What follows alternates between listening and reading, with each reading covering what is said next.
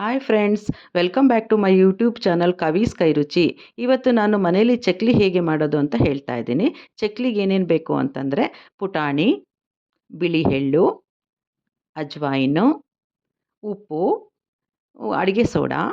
ಇದು ಅಕ್ಕಿ ಹಿಟ್ಟನ್ನು ನಾನು ಮನೇಲಿ ತೊಳೆದು ಅದಕ್ಕೆ ಒಣಮೆಣಸಿನ್ಕಾಯಿ ಹಾಕಿ ಮಿಷಿನ್ಗೆ ಹಾಕ್ಸ್ಕೊಂಬಂದು ಇಟ್ಕೊಂಡಿದ್ದೀನಿ. ಅಕ್ಕಿ ಹಿಟ್ಟು ಮತ್ತು ಪುಟಾಣಿ ಹಿಟ್ಟನ್ನು ಜರಡಿ ಮಾಡ್ಕೋಬೇಕಾಗತ್ತೆ, ಯಾಕಂದರೆ ಸ್ವಲ್ಪ ಗಂಟು ಬರುತ್ತೆ, ಅದರಲ್ಲಿ ತೆಗೆದುಬಿಡಬೇಕು. ನೆಕ್ಸ್ಟ್ ಇದನ್ನೆಲ್ಲ ಒಂದು ಅರಿವಾಣಕ್ಕೆ ಹಾಕ್ಕೊಂಡು ಎಲ್ಲದನ್ನು ಮಿಕ್ಸ್ ಮಾಡ್ಕೋಬೇಕಾಗತ್ತೆ. ನೋಡಿ, ಎಲ್ಲ ಮಿಕ್ಸ್ ಮಾಡ್ಕೊಂಡಿದ್ದೀನಿ. ಇದಾದ ನಂತರ ಬೆಣ್ಣೆ ಬೇಕು. ಇದನ್ನು ಮನೆಯಲ್ಲೇ ಮಾಡಿರೋದು. ಇದನ್ನು ಸ್ವಲ್ಪ ಬಿಸಿ ಮಾಡಿಕೊಂಡು ಹಾಕ್ಕೋತಾ ಇದ್ದೀನಿ.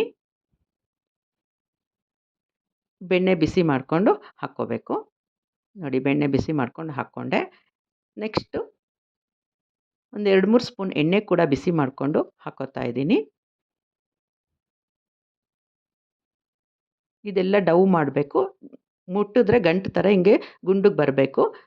ಅದಾದ ನಂತರ ಉಗುರು ಬೆಚ್ಚ ನೀರನ್ನು ಹಾಕ್ಕೋಬೇಕಾಗತ್ತೆ. ಸೊ ನೀರು ಬಿಸಿ ಮಾಡ್ಕೊಂಡು ಸ್ವಲ್ಪ ಬೆಚ್ಚದ ನೀರನ್ನು ಹಾಕಿ ಕಲಿಸ್ಕೊಂಡು ಡವ್ ಥರ ಮಾಡ್ಕೋಬೇಕು. ಅದಾದಮೇಲೆ ಇದು ಚಕ್ಲಿ ಮಿಷಿನ್ನು. ಇದಕ್ಕೆ ಒಳಗಡೆ ಎಲ್ಲ ಎಣ್ಣೆ ಹಚ್ಚಿಟ್ಕೋಬೇಕು.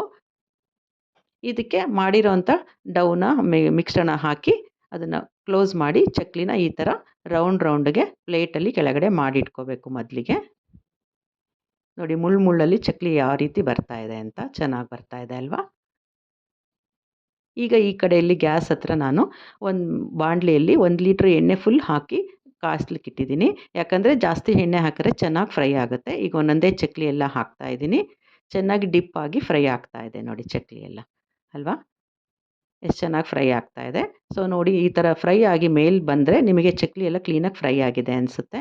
ಮೀಡಿಯಮ್ ಫ್ಲೇಮಲ್ಲೇ ಗ್ಯಾಸ್ ಇಟ್ಕೋಬೇಕು ಯಾವಾಗಲೂ. ಚಕ್ಲಿ ಈಗ ರೆಡಿ ಆಗಿದೆ. ಎಷ್ಟು ಚೆನ್ನಾಗಿ ಸೌಂಡ್ ಬರುತ್ತೆ ನೋಡಿ, ಕ್ರಿಸ್ಪಿಯಾಗಿ ಬಂದಿದೆ. ಇದು ಮಿಕ್ಕಿರೋಂಥ ಎಣ್ಣೆ ಇದು. ಇದನ್ನು ನೆಕ್ಸ್ಟ್ ನೀವು ಫ್ರೈ ಮಾಡಲಿಕ್ಕೆ ಯೂಸ್ ಮಾಡಬೇಡಿ, ಬೇಕಂದರೆ ಸಾರು ಪಲ್ಯಕ್ಕೆ ಯೂಸ್ ಮಾಡ್ಕೊಳ್ಳಿ. ಈಗ ನೋಡಿ, ಎಷ್ಟು ಚೆನ್ನಾಗಿ ಒಂದು ಬಾಕ್ಸಲ್ಲಿ ಚಕ್ಲಿ ರೆಡಿಯಾಗಿದೆ. ಚಕ್ಲಿಗೆ ಬೇಕಾಗಿರುವ ಇಂಗ್ರೀಡಿಯೆಂಟ್ಸ್ ಹಾಕಿದ್ದೀನಿ.